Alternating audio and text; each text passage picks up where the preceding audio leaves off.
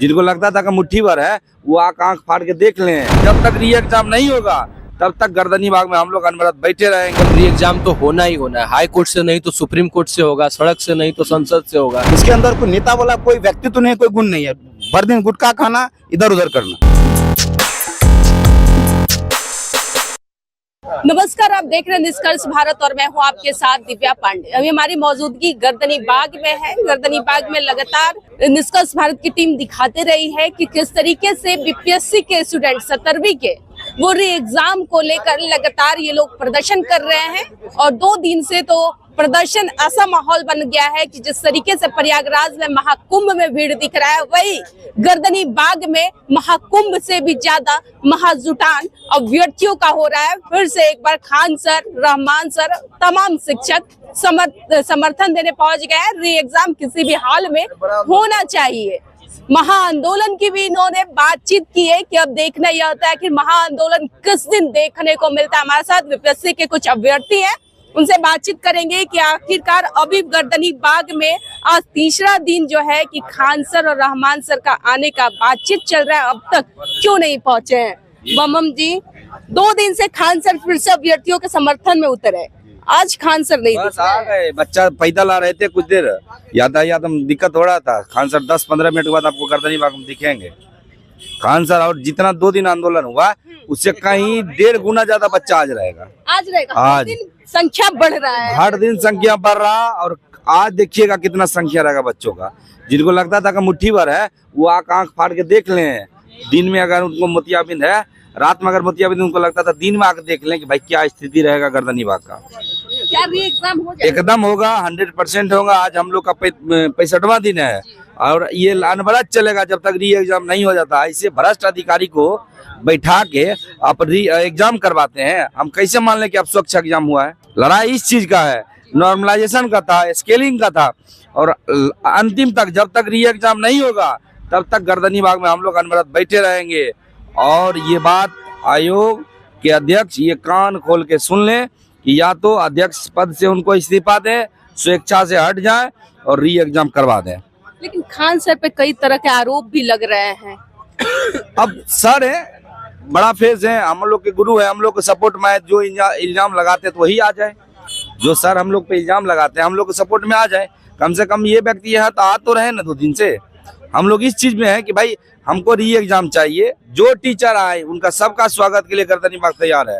रमांशु sir नहीं आप लोगों के बीच में, क्या उनकी आएंगे? नहीं है तो कुछ आप लोग कहना चाहेंगे? नहीं, कहना कुछ नहीं चाहेंगे। अब मामला अदालत वाला है, कोर्ट वाला है, तो जैसे ही बाहर आएंगे तो हम लोग होगा ना कि आप लोगों के बीच में नहीं है, शुरू दिन से थे। हाँ, स्वाभाविक है, अखर नहीं कैसे होगा। लेकिन हाँ, हमारे बीच में रमांशु सर आएंगे, जल्द आएंगे, जैसे ही छूटेंगे तो आएंगे। री एग्जाम को लेकर क्या कुछ कहिएगा राम? री एग्जाम को लेकर के हम लोग फॉर्मली एकदम बैठे हुए हैं। न्यायालय में भी हमारी बातें गई है, ठीक है। और एकदम री एग्जाम तो होना ही होना है। हाई कोर्ट से नहीं तो सुप्रीम कोर्ट से होगा, सड़क से नहीं तो संसद से होगा। होगा तो होगा ही री एग्जाम, होगा तो होगा ही। नीतीश जी, जदयू के कुछ नेताओं का कहना है कि अगर खान सर के पास सबूत है तो वो सबूत को ला क्यों नहीं रहे, कोर्ट में पेशी क्यों नहीं कर रहे हैं? देखिए, जेडीयू के नेता तो खुद खान जी के साथ जो है बैठ के खाना खाते हैं और वही आरोप लगा रहे हैं खान पे। वो तो कह रहे हैं कि अगर वो उनके नीतीश कुमार से इतना उनका दोस्ती है तो क्यों नहीं आके बातचीत कर रहे हैं? देखिए, जेडीयू के प्रवक्ताओं को हम लोग जो है उनका वैल्यू नहीं करते हैं। वैल्यू नहीं करते। सुनिए, एमएलसी तो खाक है, वो क्या है? वो एमएलसी है तो एमएलसी हम लोगों ने बनाया कि अकेले बन गए हैं? वो जो 43 सीट जो, सुनिए, 43 सीट जो मिला है वो सीमांचल ने दिया 3rd फेज में। पता है नीरज कुमार को? अगर सीमांचल नहीं रहता तो बर्बाद हो जाता, 20 पे पहुंच जाता वो। तो सीमांचल, हम सीमांचल से ही बिलोंग करते हैं। और नीतीश कुमार जी 14 दिन रह के वहाँ पे जो है ना लोगों को मनाते हैं कि वोट कीजिए मधेपुरा में बैठ के। और यहाँ ये जो नीरज कुमार है, जो इसको समझ में आता है, बीपीएससी का बी पता है इसको, कुछ पता है इसको। पहले दांत साफ करवाइए। इसके अंदर कोई नेता वाला कोई व्यक्तित्व नहीं, कोई गुण नहीं है। भर दिन गुटखा खाना, इधर उधर करना, ये बोलना वो बोलना, छात्रों पे आरोप लगाना। तो आशय यही है कि आप छात्रों को भड़काइए मत, नहीं तो आप ही के जाए कार्यालय में घेर देंगे। आप ही के कार्यालय में जाके, प्रवक्ता कार्यालय में। सर कल चूड़ी लेकर आए थे, वो दिखाने का काम कर रहे थे। आखिर किसको दिखाने का काम कर रहे थे? देखिए, परमार एकदम करप्ट व्यक्ति है। आप बताइए, जब अरे बंद कर, जब मामला सब जुडिस है, जब प्रोविजनल जजमेंट में ये बोला गया कि जो जो फाइनल जजमेंट आएगा उससे पूरा का पूरा रिजल्ट प्रभावित होगा। तो आज जो है रवि परमार जो निर्णय लिया है कि मेन का एग्जाम, मेन का हम डेट फिक्स कर दिए हैं, वो कोई लीगल एडवाइस लिए हैं कहीं से? वो सुप्रीम कोर्ट में उनके नियुक्ति पे ही प्रश्न चिन्ह है। 25 को जो है अब मुकुल रोहतगी को उतारेंगे, वो हमको पता है किसको उतार रहे हैं वो सुप्रीम कोर्ट में। तो कोई उतरे उससे कोई फर्क नहीं पड़ेगा, क्योंकि पूरा का पूरा मामला जो है संवैधानिकता का मामला है, संवैधानिक प्रश्नों का मामला है। और सुप्रीम कोर्ट जो है जब भी संवैधानिक जो कॉन्स्टिट्यूशनल क्राइसिस का बात आता है, वहाँ पे सुप्रीम कोर्ट जो है ना मजबूती से खड़ा रहता है वहाँ पे। तो वहाँ से इनको फायदा मिलने वाला नहीं है, क्योंकि वहाँ जो है वहाँ कॉम्प्रोमाइज नहीं कर पाएंगे पैसा देके। लेकिन एक सवाल रहेगा नीतीश जी, मैंने खान सर पे ये एलिगेशन लग रहा है, आरोप लग रहा है जदयू की तरफ से कि वो पीटी एग्जाम रद्द कराने के लिए तो पहुंच रहे हैं हजारों की संख्या में अभ्यर्थियों को, लेकिन मेंस का भी तैयारी वो करा रहे हैं, कई सिलेबस पेश किए हैं। मेंस का तैयारी तो पूरा दुनिया करवा रहा है। मेंस का तैयारी तो पहले रवि परमार ही करवा रहा है, उसको उस पर पहले रोक लगाए ना, उस पर क्यों नहीं रोक लगा रही सरकार? मेन जब मामला सब जुडिस है, सुप्रीम कोर्ट में उसके नियुक्ति को लेके मामला है, वही व्यक्ति लगातार निर्णय ले रहा है। देखिए सर्वोच्च न्यायालय का बहुत सारा केस जजमेंट है इस मैटर में, कि कोई व्यक्ति जो है अगर जिसका नियुक्ति असंवैधानिक है तो उसके द्वारा लिए गए सभी निर्णय भी असंवैधानिक हो जाते हैं।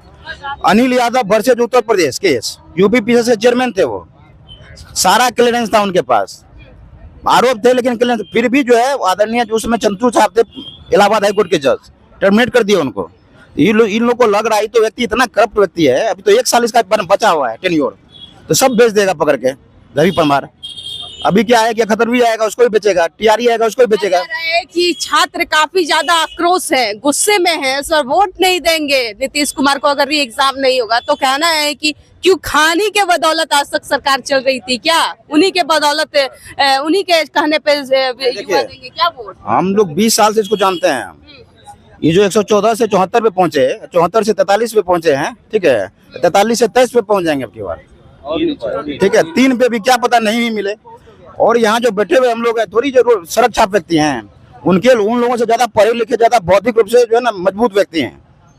और जब पॉलिटिकल प्रेशर ग्रुप बनेगा यहाँ से, यहीं से बनेगा गर्दनी बाग से। और देखिए 40 सीट तो लगभग ये 2000 से कम मार्जिन पे जीते हैं ये, और हम लोग इतने वैचारिक रूप से ताकतवर है और मजबूत हैं। और अगर 40 सीट मैनिपुलेट तो हो ही जाएगा, क्योंकि ये जो हम लोग की समस्या, हम लोग व्यक्तिगत समस्या थोड़ी है, ये बिहार के हर एक समाज के लोगों की समस्या हो गई है। कौन एग्जाम है जिसमें पेपर लीक नहीं हो रहा है, सेटिंग नहीं हो रहा है? बिहार पुलिस हो, बिहार दरोगा हो, दरोगा की तो और हालत खराब है पूरा का पूरा। आपका जो है बीएसएससी हो, उसका तो समझिए बिकी जाती है पूरी सीट। बीपीएससी हो, टीआरई हो, कौन अब इधर जो है कम्युनिटी हेल्थ का उसमें 100 करोड़ का घोटाला था। तो आशा यही है कि सभी लोग प्रभावित हैं, और सभी लोग प्रभावित हैं। अगर 40 सीट पे, अगर बड़े सीट पे अगर वोट जो है मैनिपुलेट हो गया, मतलब लोग जो है अगर खिलाफ कर दिए इनका, तो क्या होगा? विधानसभा हैंग हो जाएगा तब। अच्छा, क्या लगता है आप लोग गर्दनी बाग में एकजुट हो रहे हैं, काफी ज्यादा संख्या दिख रहा है अभ्यर्थियों का, लड़का हो चाहे लड़की हो, क्या गर्दनी बाग में बैठने से अभी एग्जाम फिर से हो जाएगा? क्योंकि गर्दनी बाग में तो लगातार रहे हैं तो सरकारी धरना स्थल हाईकोर्ट का ये एस्टेब्लिश किया है। असर दिखेगा, असर देखिए जरूरत ऐसा बात थोड़ी कि यहीं पे बैठे रहे हम लोग। पता था आपको कि हम लोग वहाँ चले जाएंगे, आपको पता था, आप तो रोज आते हैं, पता था आपको कि हम लोग चले जाएंगे। जब जाना होगा, जहाँ जाना होगा वहाँ पहुँच जाएंगे। और अभी अब की बार जाएंगे तो ऐतिहासिक रूप से बहुत मजबूत संख्या में जाएंगे, और उस दिन सरकार को झुकना पड़ेगा। देखिए इस बार जो है ना, अगर री एग्जाम नहीं होगा ना, तो हम लोग अपने पेरेंट्स को गांव जा करके और सबको हम बताएंगे, बढ़िया से इलेक्शन में सब ग्रुप बना करके जाएंगे। हमारा रियल में वास्तविक के चीख के बता रही है कि इस तरह से हुआ है, तो ये बच्चा को गधा नहीं समझे, अन्याय हुआ है। हर कंस्टिट्यूएंसी में जा करके प्रचार कर देंगे अगेंस्ट में, मतलब मजाक नहीं चल रहा है। इस बार चुनाव में दिखा देंगे। अभी भी सरकार समझ जाए इस चीज को। अरे जयप्रकाश जी के मूवमेंट को देखे हैं, क्या हुआ उसके बाद? सरकार गिर गई केंद्र में, गुजरात सरकार गिर गई थी, तो उससे भी ज्यादा चल रहा है। बीपीएससी क्या की है, बीपीएससी क्या की है, आज मेंस का निकाल दी है, ये शेड्यूल निकाल दी है, मतलब मजाक बना करके रखा है। एक तो चोरी और ऊपर से सीना जोरी। हम यही सब बच्चा पूरा उतर करके इलेक्शन में जो है बंटाधार कर देंगे हम। चलिए, तो देखिए बीपीएससी के अभ्यर्थी 4.5 लाख हैं, चाह रहे हैं कि अगर नीतीश कुमार को फिर से 25 पीएम बनना है तो हर हाल में री एग्जाम करवाना होगा, और नहीं तो हर गांव में अपने अभिभावक के साथ यानी माता पिता के साथ उठकर और जाकर और वहां पे जाएंगे और वोट नहीं देंगे का भी ऐलान करेंगे और औपचारिक तौर से घोषणा भी कर रहे हैं, आह्वान भी कर रहे हैं। तो नीतीश कुमार हो या आयोग हो, जितनी जल्दी हो सके री एग्जाम करा ले। फिलहाल हमारे साथ बने रहे, धन्यवाद।